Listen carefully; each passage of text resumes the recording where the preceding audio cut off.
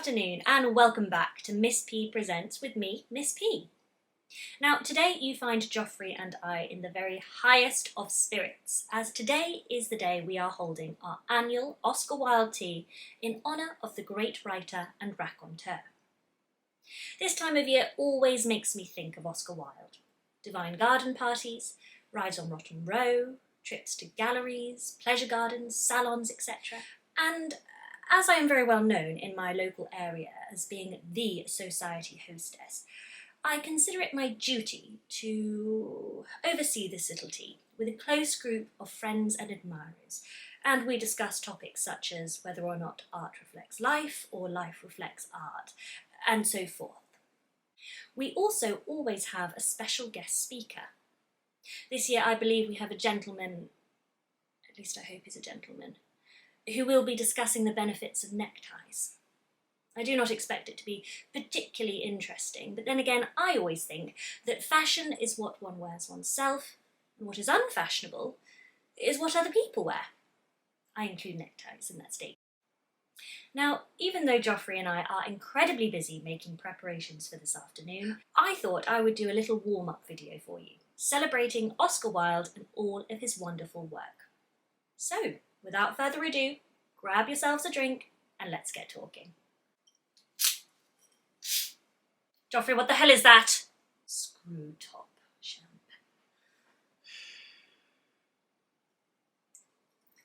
Thank you, Joffrey.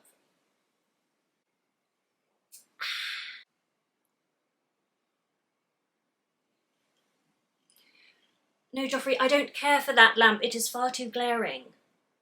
Light some candles.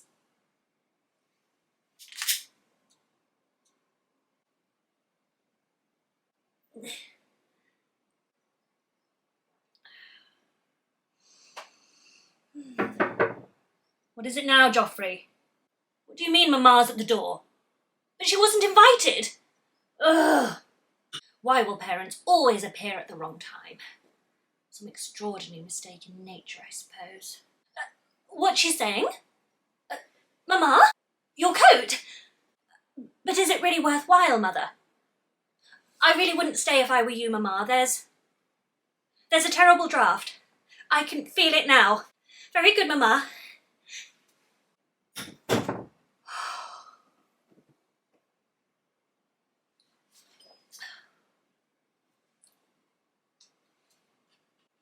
Has she gone, Joffrey? You invite someone to the inaugural event, and they presume that that must mean they are invited every year. Insufferable. I do not know why she's always wishing to be arriving at places. I much prefer to be expected and not to arrive. I'm pleased to hear it. I do not intend for this video to be a comprehensive biography, nor an in-depth review of any of his works in particular. But in celebration of the beginning of the social season, in this month of April, the beginning of which is marked in my particular circle with my little tea, we will pay homage to the man whose genius for conversation led him to be widely regarded as one of the greatest, if not the greatest, wits in the world. Oscar Fingal O'Flaherty Wills Wilde was born into a liberal and highly intellectual household in Dublin, 1854. The son of a pioneering doctor and a well-renowned poet and literary hostess. In 1874, after studying classics at Trinity College, Oscar received a scholarship to Oxford. It was during this time that he began to create his dandy lifestyle, growing his hair long, dressing in lavish clothing, and decorating his room with sunflowers, lilies, peacock feathers, antique blue china, and prints of Renaissance figures. After graduating from Oxford with a double first, Oscar came to London, where he took up lodgings with a friend named Frank Miles, in a residence they called Thames House, on account of it having absolutely no views of the river. There, Oscar enjoyed an extravagant and expensive lifestyle, entertaining society ladies for tea and beauties, cheers, and securing himself invitations for all of the city's most fashionable gatherings. I am quite certain I would have been a fixture of those evenings. Joffrey, what's in the calendar for Saturday? Oh. Nothing.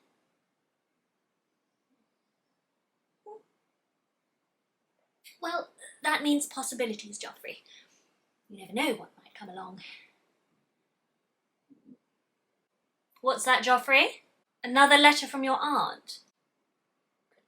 You know, Joffrey, relations are simply a tedious pack of people who haven't got the remotest knowledge of how to live, nor the smallest instinct about when to die. No, Joffrey, I'm not being unkind. It's just that she really is the most dreadful bore. And I think it's high time she made up her mind whether she was going to live or die. This shilly-shallying with the question is absurd. Anyway, Joffrey, I've just remembered we have plans on Saturday. Yes, I must go to Bath. Urgent business. At the end of 1881, Wilde journeyed to New York to embark on a lecture tour of the US. The nectar of the gods.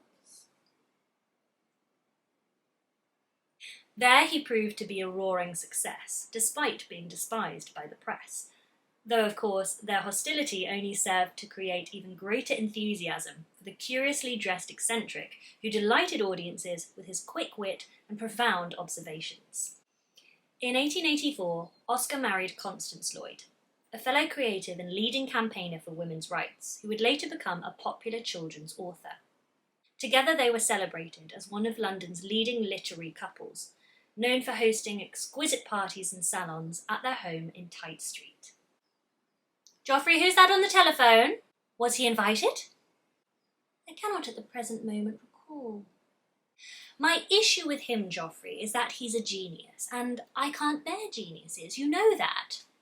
They are always thinking about themselves when I want them to be thinking about me. Plus, he always gets romantic after a meal, and that bores me dreadfully. Tell him it's been cancelled. For a time, Oscar worked as an editor on the magazine Ladies' World, which, under his leadership, was renamed to Women's World. As diverting as the post might initially have seemed, it appeared that Oscar, like many of us, was not keen on regular employment, and began to show up at the office later and later, often arriving just in time to leave again for lunch. Quite right too, to be honest. I can't stand people who do not take food seriously. I must say, I really do empathise with Oscar. Joffrey knows that I too was not made for work. Isn't that right, Joffrey? Work is for those who have nothing better to do, and I have such a lot on at the moment, what with the tea to organise and...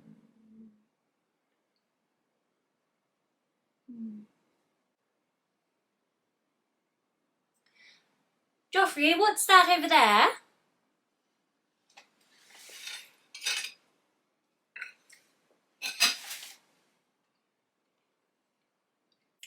I'm not sure, Joffrey. I think it must have come like that. You send it back. No, not this piece. I'll just test it again. What?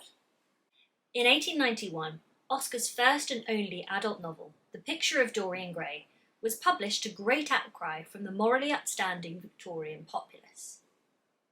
Shortly after its release, Oscar was introduced to a young man who professed wild admiration and enthusiasm for the book.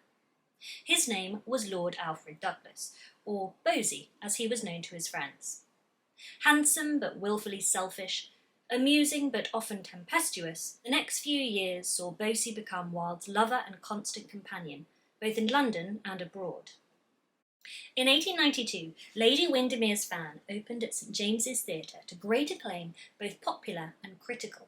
The following year saw the debut of A Woman of No Importance, in 1894, An Ideal Husband, and in 1895, The Importance of Being Earnest, all of which were received with great adulation and heralded as some of the funniest, most remarkable plays ever written.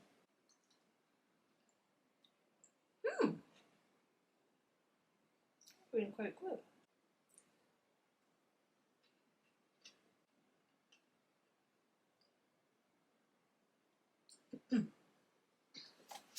And so they continue to be regarded as such more than 100 years later. His work shone a light on the flaws in Victorian society, critiquing the upper class's hypocritical views and questionable morals. His 5 most famous plays continue to delight audiences today, and are loved and admired for their unparalleled wit, charm, and insight.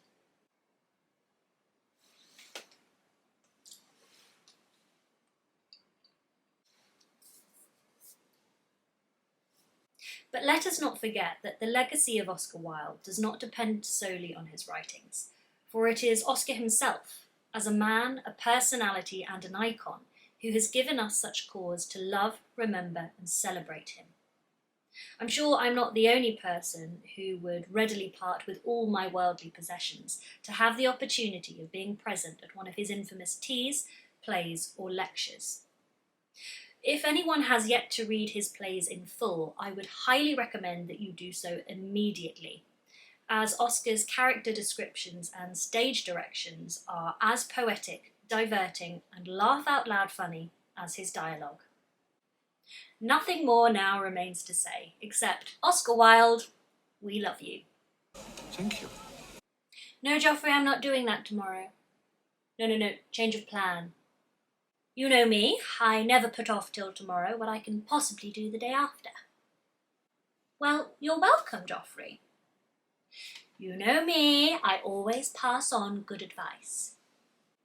It is the only thing to do with it. It is never of any use to oneself. Joffrey, we're going to need some more cucumber sandwiches. What do you mean there were no cucumbers? Not even for ready... Better double up on the muffins then. Oh, and Joffrey, bake another cake. Someone had taken a bite out of this one.